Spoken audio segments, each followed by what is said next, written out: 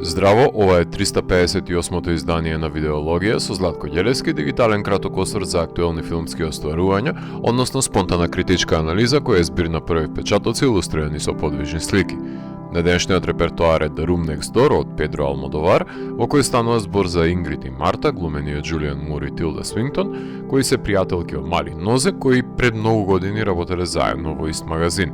По долгогодишен период во кој не биле во допир една со друга, решаваат да продолжат да се дружат. Меѓутоа, во овој стадиум на животот, Марта е таа која има неизлечив рак и ја замолува незината пријателка да ги помине последните денови од незиниот живот во изнајмена куќа заедно со неа. Марта го планира секој детаљ од незината евтаназија затоа што сака да се замине по незин терк.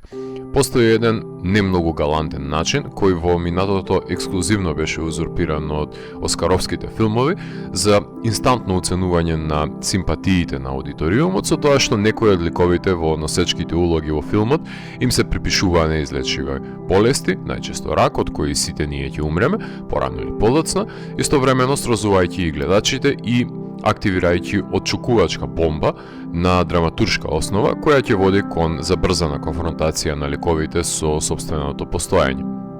Оваа методологија стана маниризам кој многу автори го злоупотребуваа и начелно не ги вреднувам тие филмови кои се служат со овој ефтин механизам за растажување на гледачот. Ретко кога некој автор знае да контемплира иновативна разрешница или воопшто да наметне некоја освежувачка премиса. Алмодовар веќе има изградено иконичен стил, така што без разлика што нема оригинален конструкт на содржинска варијација на тема, со самиот чинител што го стеснува видокругот околу двете хероини и нивниот сооднос, остава простор да надвладее нивната актерска спретност и со самото долготрајно експонирање на нив не создава веќе виден епигон, туку ги димензионира и хуманизира до тој степен што би помислиле дека се пријателки кои ги знаеме одамна, занемарувајќи ја болеста која ги има зближено. За да функционира едно заемништво на екран меѓу ликови, потребно е да има поларитет, но и симбиоза. Имено, важно е да се доследни ликовите на нивните максими и при тоа да се разликуваат,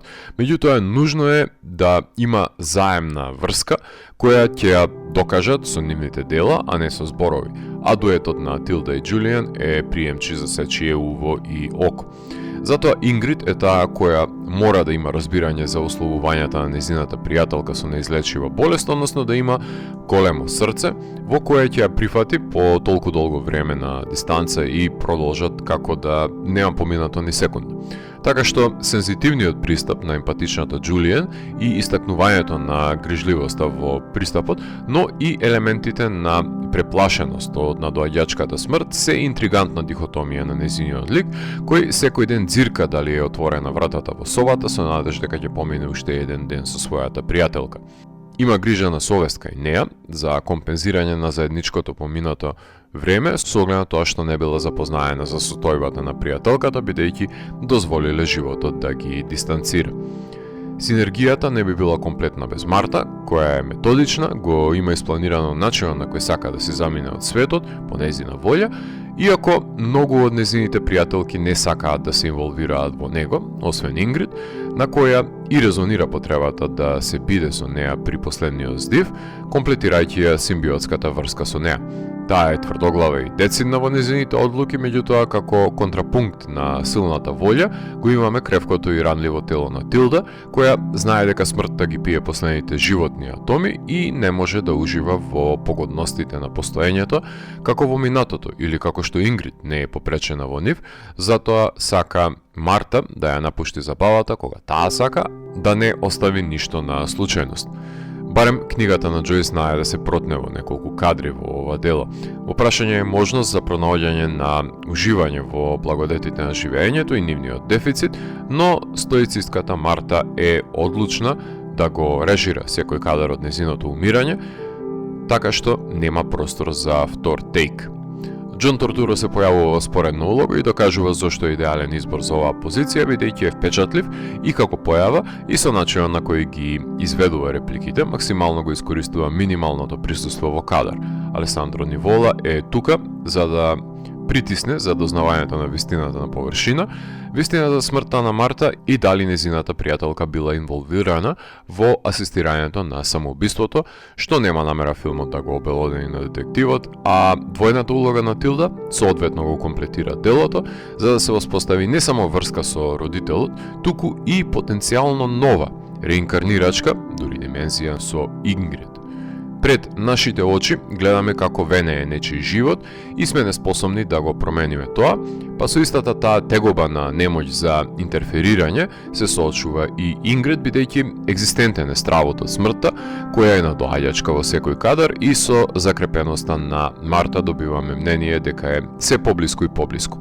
Колку и да постои помиреност со неа, секојаш има примален порив за живење, кој кај некој е поизразен, а кај други не толку. Утехата се гледа во самото присуство и дискурсот помеѓу пријателките пред да започне непостоењето. Два филма од два различни аспекти ми се сродни со делото. Едниот би бил Супернова за партнерите кои патуваат во англиската дивина за да имаат барем уште еден заеднички миг пред да го зададе удар од болеста, или пак соочувањето со болеста на ликовите кои ги глумат Флоренс Пју и Ендрю Гарфилд во We Live in Time и како нивните животи се носат со разорната промена, но и во двата случаи станува збор за филмови за љубовни партнери, па затоа е уникатен филмот на Алмодовар, бидејќи на ова животно патешествие гледаме како пријателки се носат со обостраното збогување, поблиску до Персона или Mulholland Drive, меѓутоа без преточување на ликовите еден во друг. Со тоа што ако сакате да проектирате хомоеротски чинители во филмот, слободно направете го тоа, нема јас да ви ја спречам имагинацијата, ниту пак Алмодовар. Долгогодишниот соработник на Алмодовар, композиторот Алберто Иглесијас, се има заборавено во компонирањето и во едночасовниот скор може да забележиме и милозвучни гудачки свити на оркестарот, проследени со ноаровски одишки на дувачки инструменти и квинтесенцијалните за него елегични пијана, се во линија на таковната атмосфера делото, но на моменти умее да вметне по некоја джез композиција со перкусивни елементи насреде Хермановиот скор, но главната цел е да натежне на предодредената несреќа во која се вовлечени ликовите и да го преслика вртлогот на неискажливите емоции кои ги премолчуваат. Кинематограферот на Passing, The Way Back и Buried, Едуард Грау, максимално ги искористува колоритните интериери по кои е препознатлив секој кадар на Алмодовар и на актерките им остава доволно негативен простор за да бидат проголтани во кадар од собите во куќата, но и да направи двоплан кој ќе говори за нивната поврзаност, за да не самуваат една без друга, туку да самуваат заедно и при тоа постепено доближувајќи го гледачот до нив. Тереса Фонт, монтажерката на Pain and Glory, Parallel Mothers, The Day of the Beast, мора да го дозира и темпира доближувањето на смртта, а при тоа да се остави доволно простор и време во етапно приближување и надополнување на времето на протагонистките. Јас, кој бил пропуштена можност да го ревитализираат пријателството од минатото и при тоа ги доближи со нивните доблести и мани до гледачот, во што сметам дека успева.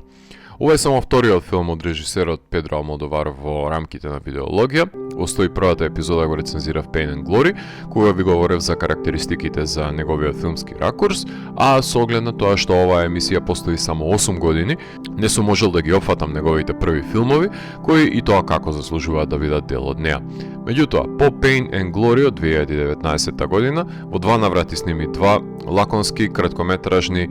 англиски остварувања, недвосмислено оневозможувајќи ми да ги рецензирам во емисијата, бидејќи се кратки филмови. Најпрвен The Human Voice со Тилда Свинтон од 2020 година, кога трпеливо чекаше времето да помине покрај куферот на поранешниот љубовник, и Strange Way of Life од 2023 година за разгорениот пламен на Итан Хок и Педро Паскал во Малото градче. Помеѓу нив сними еден долг филм, Parallel Mothers од 2021 година, со неговата муза Пенелопе Круз, кој не ги исполнуваше критериумите на видеологија за да биде рецензиран, бидејќи според мене во тежиштето на филмот распослана е една неуспешно, високо естетизирана тропа од сапуница за бремените мајки и нивните заменети бебиња. Така што и за неговиот нов филм се позајмува со масовно експлоатирано сиже, но се обидува да даде негово видување со актерски прволигашки. Неговиот нареден филм наводно ќе гласи Bitter Christmas и треба да опфати живот на жена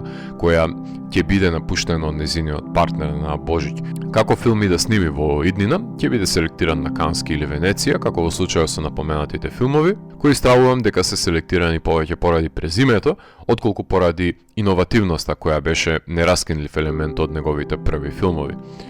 Првиот долгометражен филм на Алмодовар на англиски јазик можеби требаше повеќе простор да отстапи на задлабочувањето на интроспекцијата, затоа што Марта е лик кој поради околностите на незиното гледање и фотографирање на грозното лице на војната има неизлечени рани и неисполнетост во незиното душа, кои вреди да се прокопаат, барем за последен пат, за да се зајакне поврзаноста со Ингрид, наместо да меандрира филмот со неговиот медитативен тон. Филмот имаше својата премиера на Венецискиот филмски фестивал, каде го освои Златниот лав за најдобар филм и наградата Брајан, која се оделува на дело кое величи човечки права, плурализам, индивидуализам, рационалност, совест. Потоа беше прикажан во Торонто, Сан Себастијан, Рио, Њу Јорк, Бусан, Цирих, BFI, Чикаго, Загреб, Блек Најтс, освои 2 награди Гоја и беше номиниран за 4 европски Оскари, Златен глобус и сателити, но не освои ниту еден затоа што е во конкуренција со поавтентични филмови. Медитативна мелодрама, создадена од чувствителност и суптилности, предводена од впечатливи актерски изведби, штом на повидок е доаѓањето на смртта која ќе ги промени нивните животи. Се раѓаме сами, ама тоа не значи дека мора и да си заминеме од овој свет осамени. Ако морам да го евалуирам, тогаш The Room Next Door од мене има 4 од 5. Доколку ви се допадна 358-то издание на дигиталната архива Видеологија, лајкувајте го видеото, споделете го и следете го каналот. Последете и поснатите рецензии на виртуелната полица. Ви благодарам за вниманието. Поздрав!